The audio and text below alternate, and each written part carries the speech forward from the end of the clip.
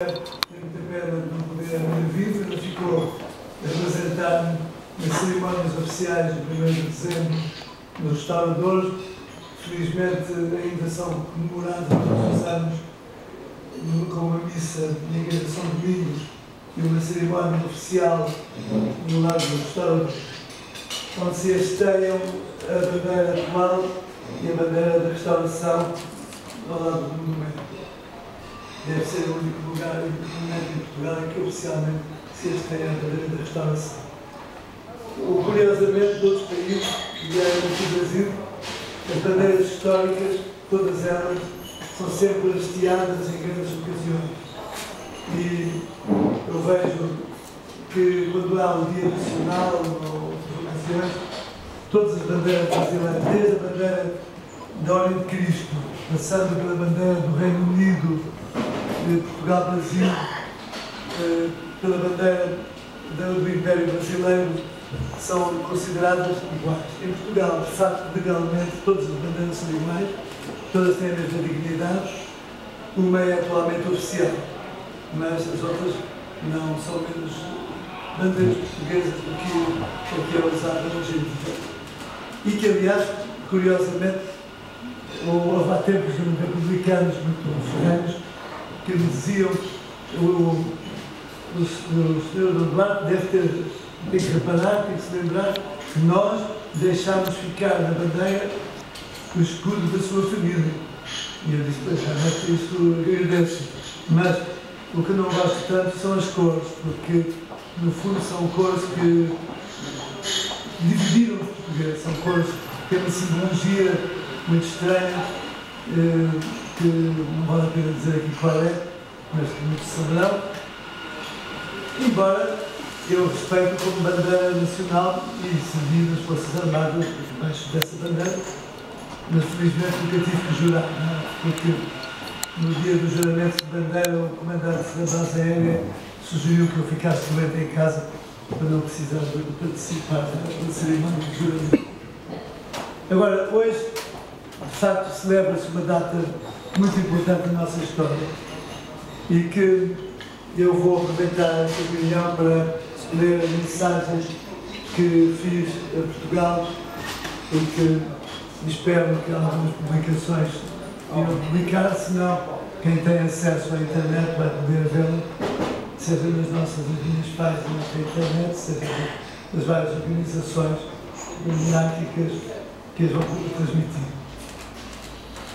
Portugal atravessa uma grave crise que, disfarçada por enganosas facilidades, foi silenciosamente avançando, assumindo hoje consequências dolorosas para as pessoas, famílias e empresas. A soberania de Portugal está gravemente ameaçada. No passado, sabemos que cada vez que o país estava enfraquecido, a sua soberania era posta em risco.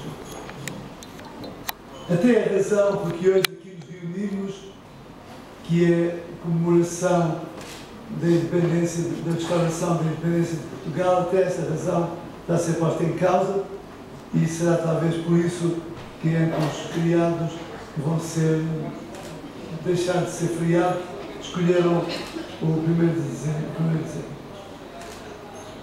Sinal dos tempos. No entanto, em muitas zonas do país ainda se comemora o 1º de dezembro. Há cerimónias oficiais, há cerimónias públicas. A Sociedade Histórica da Independência Nacional da Independência de Portugal, que faz 150 anos hoje, tem mantido viva essa memória e agora, atualmente, a direção da Sociedade Histórica é constituída por gente de muito valor, quase todos monárquicos, e que tem sempre muito gosto em que haja núcleos e grupos da sociedade noutras zonas do país. A atual e humilhante dependência de Portugal dos credores internacionais é comparável à que resultou da crise financeira de 1890-1892, com tão graves consequências para a nação e que levou indiretamente ao fim do regime. Tão importante como resolver a complexa situação interna que exige inevitáveis medidas de austeridade, é analisar as razões que nos levaram ao estado em que hoje nos encontramos. Torna-se urgente proceder, através de um amplo debate nacional, a uma rigorosa e descomplexada análise dos modelos económicos e políticos que estiveram na origem do empobrecimento do Estado. Cada vez é mais notório que os portugueses não se revêem na representação política em vigor. Será que o povo se identifica com os seus representantes oficiais?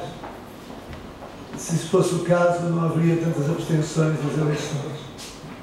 Eu acho que a verdadeira democracia em Portugal é a municipal e a das freguesias, onde realmente as pessoas...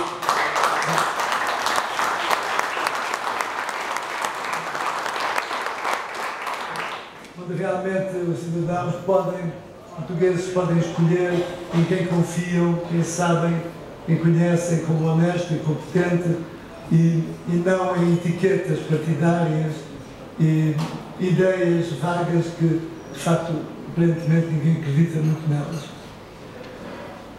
Será que a nossa democracia deverá ficar confinada a um modelo que já demonstrou não ser suficiente e eficaz?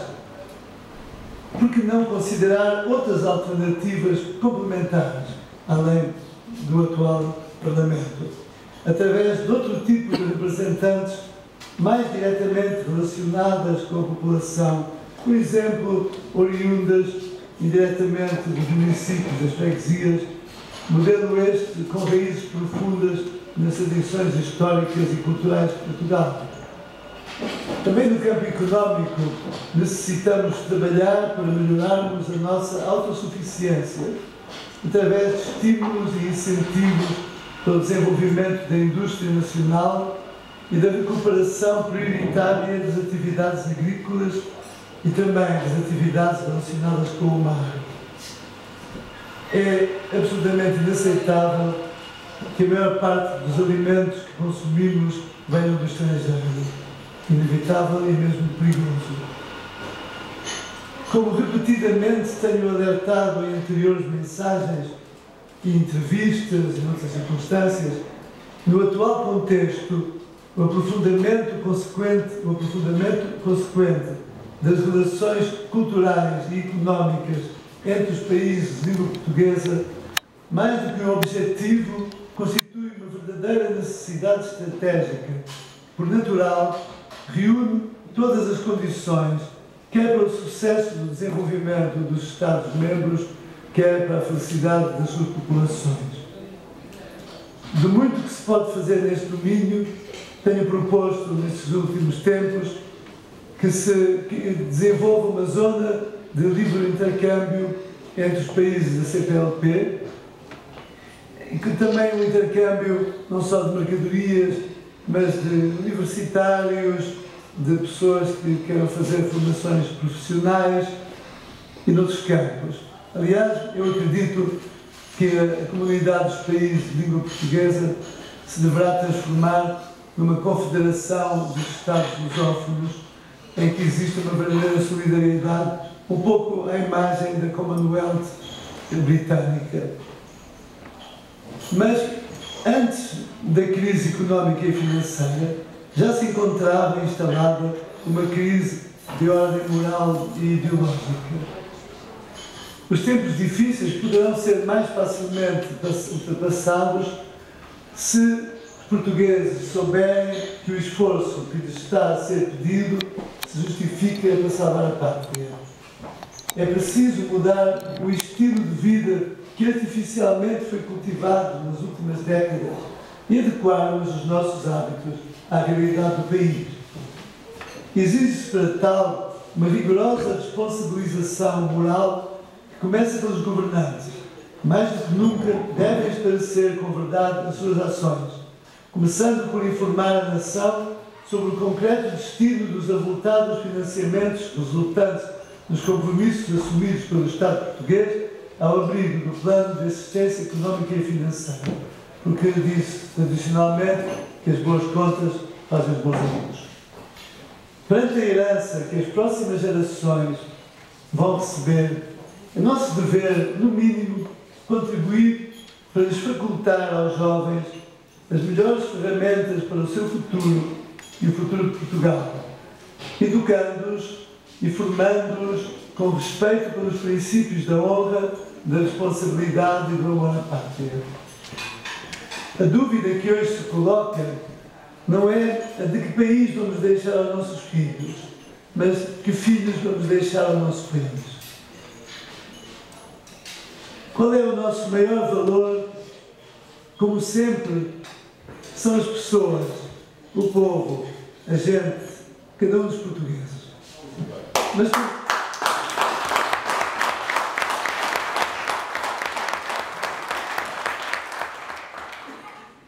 como é então possível que se insista em não deixar nascer os portugueses?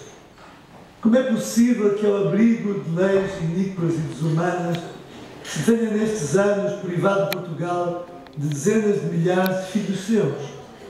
Desde 2007, milhares de crianças, dezenas de milhares, que hoje deviam estar nas nossas escolas, que fecham vazias por todo o lado, foram impedidas de viver pelo holocausto social do aborto livre e subsidiado e estimulado pelo Estado.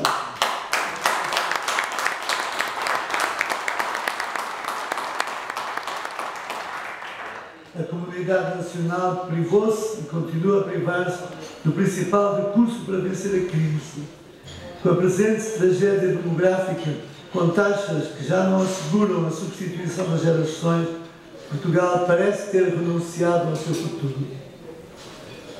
Prestígio internacional de Portugal terá levado a que, em várias ocasiões, me tenham pedido para mediar conflitos políticos e militares. Em alguns casos, fui bem sucedido, como no que eu punha em Indonésia, a Timor e Portugal. Quero expressar, nesta ocasião, a minha gratidão ao Parlamento timorense, que, num gesto que muito me sensibilizou, me conferiu a nacionalidade de Timor. Também ajudei a desbloquear o impasse que durava há anos entre Cabinda e o governo de Angola.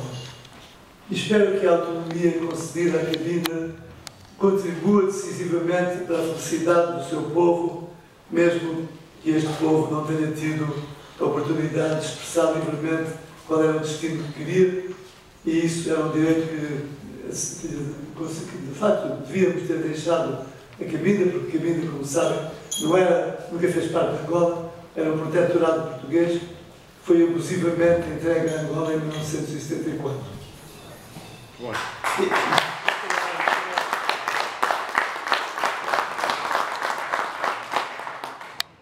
Recentemente, há poucos meses, fui convidado a mediar o conflito na Síria.